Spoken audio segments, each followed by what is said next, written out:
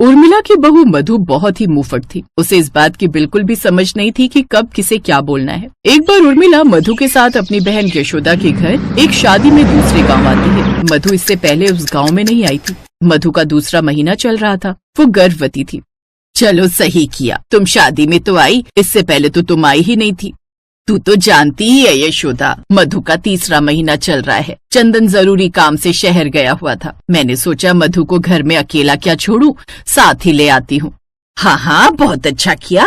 आखिर बहू की शादी के बाद ससुराल में ये पहली शादी है। बस जेठानी जी से मिल लो, सारी तैयारियां उन्हीं के घर में चल रही हैं।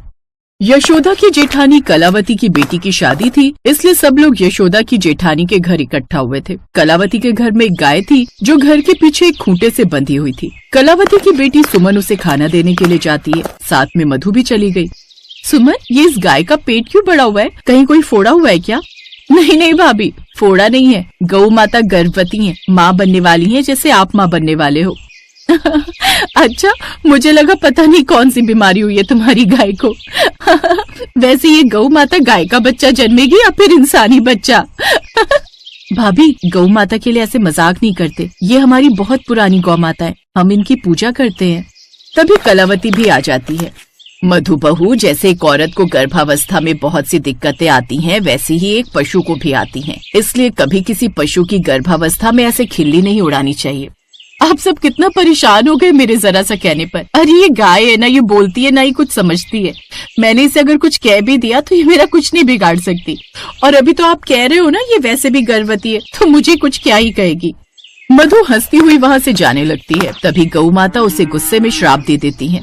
तुमने मेरी गर्भावस्था का मजाक उड़ाया है, मैं तुम्हें श्राप देती हूँ। तुम्हारी संतान एक गाय के रूप में जन्म लेगी, ये मेरा श्राप है। इसी बात का मुझे डर था मधु बहू, तुमने बहुत बड़ी भूल कर दी। तभी बाकी सब लोग भी गौ माता का शोर सुनकर आ जाते हैं।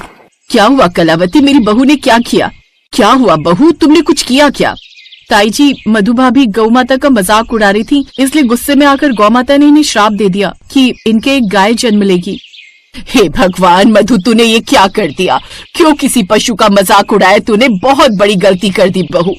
आप सब बेकार में ही घबरा रहे हो। अरे ऐसे श्राप नहीं लगता है, मुझे कुछ नहीं होगा। जब मैं इंसान हूँ तो इंसानी बच्चे को ही जन्म दूंगी ना। इन सब बातों से कुछ नहीं होता, मुझे कोई फर्क नहीं पड़ता। सुमन की शादी के बाद मधु अपनी सास उर्मिला के साथ वापस अपने गांव आ गई। धीरे धीरे समय बीता। मधु को 9वां महीना लगा। उर्मिला को अचानक गौ माता का दिया हुआ श्राप याद आ गया। माँ, क्या बात है? मैं पिछले कुछ महीनों से देख रहा हूँ, तुम कुछ छुपा रही हो क्या? यशोदा मौसी के घर शादी में कुछ हुआ था क्या? मैं बताती हूँ, कुछ नहीं हुआ था। उनके घर जो एक गाय थी, मैंने उसको जरा सा मजाक में कुछ बोल दिया था। अब उस गाय ने मुझे श्राप दे दिया कि मैं एक गाय को जन्म दूंगी। उसी बात को लेकर माँ जी पिछले कुछ महीनों से परेशान है। परेशान होने वाली तो बात है बहू। कहते हैं गुस्से में दिए गए श्राप से कोई नहीं बचता। अगर कोई दुख में आकर सताने वाले को श्राप देता है तो वो श्राप कोई नहीं रोक सकता।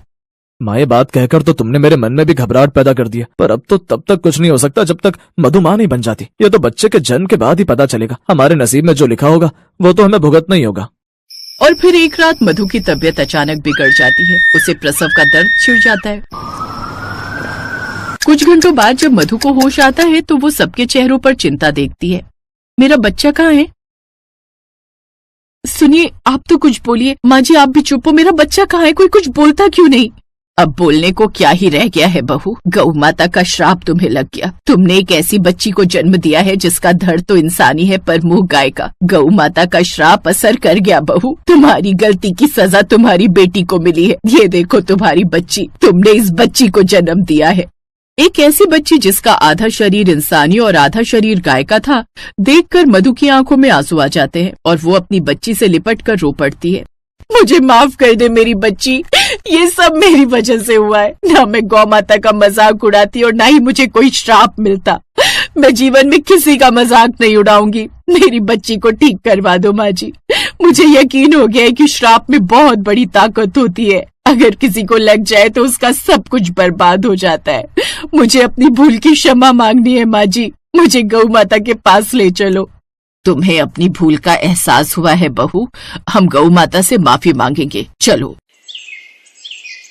मधु अपनी सास और पति के साथ यशोदा मौसी के गांव पहुंचती है। सब